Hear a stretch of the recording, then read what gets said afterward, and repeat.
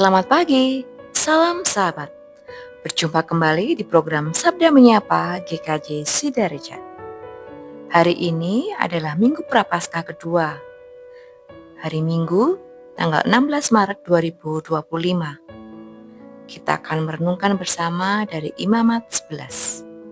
Imamat pasal 11, demikian firman Tuhan.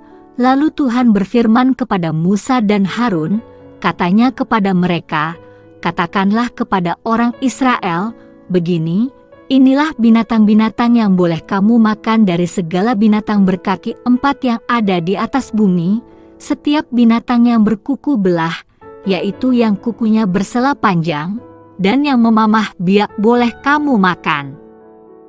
Tetapi inilah yang tidak boleh kamu makan dari yang memamah biak atau dari yang berkuku belah unta, karena memang memamah biak, tetapi tidak berkuku belah, haram itu bagimu. Juga pelanduk, karena memang memamah biak, tetapi tidak berkuku belah, haram itu bagimu. Juga kelinci, karena memang memamah biak, tetapi tidak berkuku belah, haram itu bagimu. Demikian juga babi hutan, karena memang berkuku belah, yaitu kukunya bersela panjang, tetapi tidak memamah biak, haram itu bagimu. Daging binatang-binatang itu janganlah kamu makan dan bangkainya janganlah kamu sentuh, haram semuanya itu bagimu. Inilah yang boleh kamu makan dari segala yang hidup di dalam air, segala yang bersirip dan bersisik di dalam air, di dalam lautan, dan di dalam sungai, itulah semuanya yang boleh kamu makan. Tetapi segala yang tidak bersirip atau bersisik di dalam lautan dan di dalam sungai, dari segala yang berkeriapan di dalam air dan dari segala makhluk hidup yang ada di dalam air, semuanya itu kejijikan bagimu. Sesungguhnya haruslah semuanya itu kejijikan bagimu, dagingnya janganlah kamu makan, dan bangkainya haruslah kamu jijikkan. Segala yang tidak bersirip dan tidak bersisik di dalam air adalah kejijikan bagimu. Inilah yang harus kamu jijikkan dari burung-burung, janganlah dimakan, karena semuanya itu adalah kejijikan, burung rajawali, ering janggut dan elang laut, elang merah dan elang hitam menurut jenisnya. Setiap burung gagak menurut jenisnya, burung unta, burung hantu, camar dan elang sikap menurut jenisnya, burung pungguk, burung dendang air dan burung hantu besar, burung hantu putih, burung undan, burung ering, burung ranggung, bangau menurut jenisnya, meragai dan kelelawar. Segala binatang yang merayap dan bersayap dan berjalan dengan keempat kakinya adalah kejijikan bagimu. Tetapi inilah yang boleh kamu makan dari segala binatang yang merayap dan bersayap dan yang berjalan dengan keempat kakinya, yaitu yang mempunyai paha di sebelah atas kakinya untuk melompat di atas tanah. Inilah yang boleh kamu makan dari antaranya, belalang-belalang menurut jenisnya, yaitu belalang-belalang gambar menurut jenisnya, belalang-belalang kunyit menurut jenisnya, dan belalang-belalang padi menurut jenisnya, selainnya segala binatang yang merayap dan bersayap dan yang berkaki 4 adalah kejijikan bagimu. Semua yang berikut akan menajiskan kamu, setiap orang yang kena kepada bangkainya, menjadi najis sampai matahari terbenam. Dan setiap orang yang ada membawa dari bangkainya haruslah mencuci pakaiannya, dan ia menjadi najis sampai matahari terbenam, yakni segala binatang yang berkuku belah, tetapi tidak bersela panjang, dan yang tidak memamah biak, haram semuanya itu bagimu dan setiap orang yang kena kepadanya, menjadi najis. Demikian juga segala yang berjalan dengan telapak kakinya di antara segala binatang yang berjalan dengan keempat kakinya, semuanya itu haram bagimu, setiap orang yang kena kepada bangkainya, menjadi najis sampai matahari terbenam. Dan siapa yang membawa bangkainya, haruslah mencuci pakaiannya dan ia menjadi najis sampai matahari terbenam. Haram semuanya itu bagimu. Inilah yang haram bagimu di antara segala binatang yang merayap dan berkeriapan di atas bumi, tikus buta, tikus, dan katak menurut jenisnya dan landak, biawak, dan bengkarung, siput dan bunglon. Itulah semuanya yang haram bagimu di antara segala binatang yang mengeriap. Setiap orang yang kena kepada binatang-binatang itu sesudah binatang-binatang itu mati, menjadi najis sampai matahari terbenam. Dan segala sesuatu menjadi najis, kalau seekor yang mati dari binatang-binatang itu jatuh ke atasnya, perkakas kayu apa saja atau pakaian atau kulit atau karung, setiap barang yang dipergunakan untuk sesuatu apapun, haruslah dimasukkan ke dalam air dan menjadi najis sampai matahari terbenam. Kemudian menjadi tahir pula, kalau seekor dari binatang-binatang itu jatuh ke dalam sesuatu belanga tanah, maka segala yang ada di dalamnya menjadi najis dan belanga itu harus kamu pecahkan.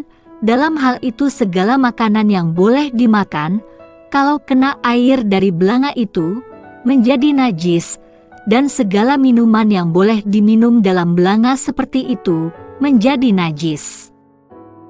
Kalau bangkai seekor dari binatang-binatang itu jatuh ke atas sesuatu benda, itu menjadi najis. Pembakaran roti dan anglo haruslah diremukan, karena semuanya itu najis dan haruslah najis juga bagimu. Tetapi mata air atau sumur yang memuat air, tetap tahir. Sedangkan siapa yang kena kepada bangkai binatang-binatang itu menjadi najis. Apabila bangkai seekor dari binatang-binatang itu jatuh ke atas benih apapun yang akan ditaburkan, maka benih itu tetap tahir. Tetapi apabila benih itu telah dibubuhi air, lalu ke atasnya jatuh bangkai seekor dari binatang-binatang itu, maka najislah benih itu bagimu. Apabila mati salah seekor binatang yang menjadi makanan bagimu, maka siapa yang kena kepada bangkainya menjadi najis sampai matahari terbenam.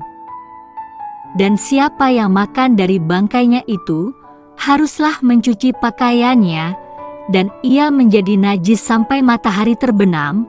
Demikian juga siapa yang membawa bangkainya haruslah mencuci pakaiannya, dan ia menjadi najis sampai matahari terbenam.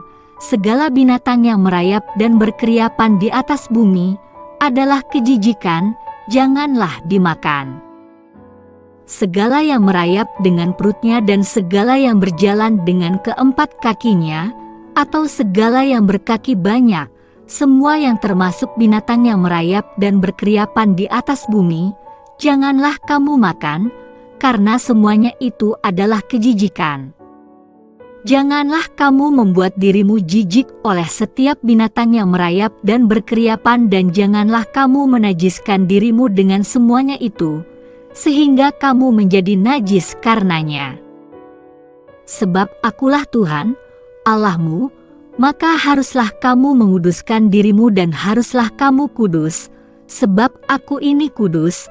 Dan janganlah kamu menajiskan dirimu dengan setiap binatang yang mengeriap dan merayap di atas bumi, sebab akulah Tuhan yang telah menuntun kamu keluar dari tanah Mesir, supaya menjadi Allahmu. Jadilah kudus, sebab aku ini kudus.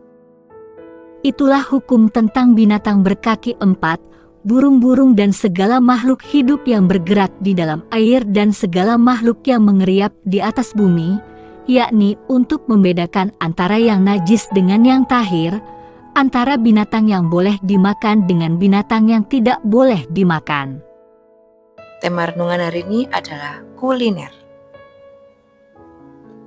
Pada masa kini, siapa yang tidak suka kuliner? Sesekali kita akan meluangkan waktu untuk mencari dan mencoba masakan-masakan yang belum pernah kita makan.